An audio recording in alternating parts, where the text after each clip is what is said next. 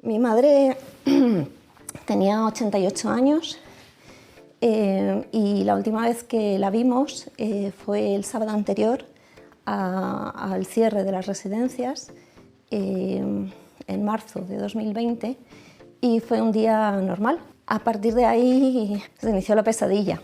La pesadilla era el no saber absolutamente nada, obtener información en la residencia.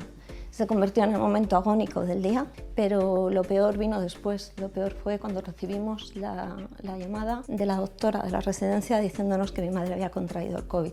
Y el médico nos insistió en que no podían trasladarle porque había un protocolo que había llegado a la residencia donde se decía que las personas que tenían algún deterioro o físico o cognitivo no podían llevarles al hospital. Si lo hubiese sabido, hubiese podido sacar a mi madre y no me dieron la oportunidad. A todos nos queda la misma sensación de que nos engañaban, de que nos mentían y de que no nos decían toda la verdad.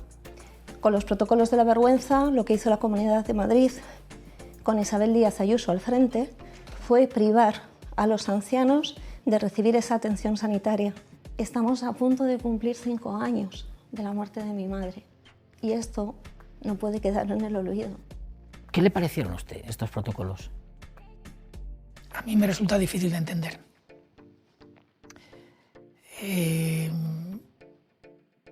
No puedo entender que teniendo un sistema sanitario como el que ha habido en España durante muchísimas décadas, se tomaran este tipo de decisiones en esta comunidad.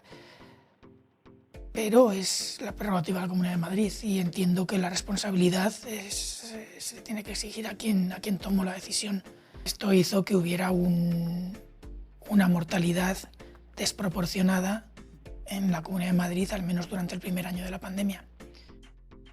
Como era de esperar, las reacciones a la entrevista de Fernando Simón en el programa de Lo de Évole, y su contundente crítica a la gestión de la Comunidad de Madrid en las residencias de mayores, no ha parado de generar todo tipo de reacciones y titulares.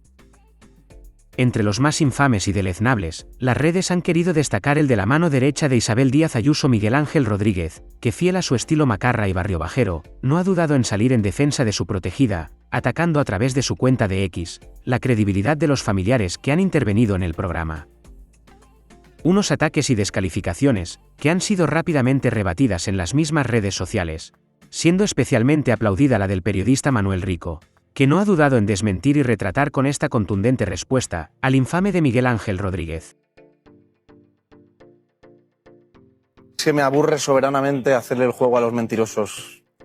Miguel Ángel Rodríguez es un mentiroso profesional, un manipulador, yo creo que es uno de los personajes que es nocivo para la política de este país, entonces intento no seguirle mucho juego. Las familias de los fallecidos durante el coronavirus en las residencias de mayores de la Comunidad de Madrid siguen esperando respuestas. Ahora un documental analiza la situación que se vivió en esos centros. Hemos hablado con familiares afectados y con el director de la película, Juanjo Castro. Era marzo de 2020, un tiempo olvidado ya por muchos, pero no por los familiares de los 7.291 fallecidos en las residencias de mayores de la Comunidad de Madrid, que no fueron derivados a hospital. Esta cifra da nombre al documental que trata lo que ocurrió allí en cuestión de semanas. Quiero que se investigue, que se depuren responsabilidades si toca. Como Mercedes, Concha también perdió un familiar. Su madre murió en la primera ola. Estaba en la residencia Manoteras. Esta foto es de mi madre el día 8 de marzo. A partir de ahí solamente eran llamadas, pero yo nunca podía hablar con mi madre, ni ver a mi madre. O sea, yo nunca más volví a hablar con ella. Concha nunca supo que su madre contrajo COVID-19 hasta que recibió una llamada.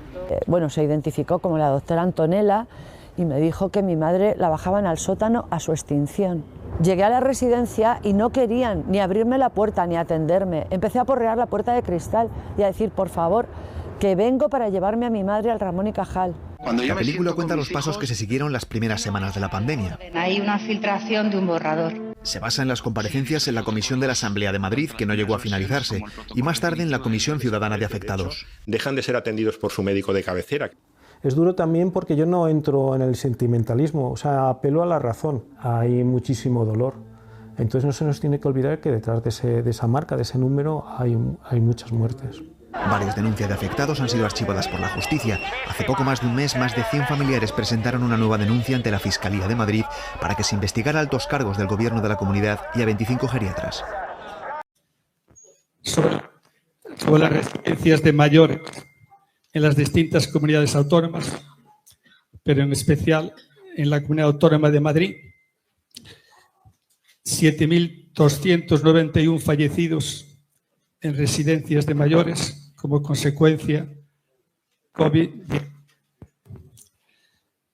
Antes de hacer la pregunta, para recordar un poco a la gente que la Comunidad de Madrid es la más rica en renta per cápita, pero en inversión sanitaria está en el grupo de cola, como ustedes saben, y el que lleva unas mínimas estadísticas, en inversión por habitante está de las más bajas de todas las... ¿Cuál es su pregunta, por favor? Que tienen que preguntar los demás. ¿Cuál es su pregunta? Adelante. Sí, pero necesita una pequeña introducción de 30 segundos. Que los mayores que estaban con disminución física o cognitiva no se derivaron a hospitales. Se murieron de respiración y usted dijo que si aunque se pasaran a los hospitales al final iban a morir lo mismo. Yo le pregunto, que es una frase muy preocupante, si esa pandemia se repitiera hoy después de 5 años, supongo que usted estaría dispuesta a corregir esa afirmación.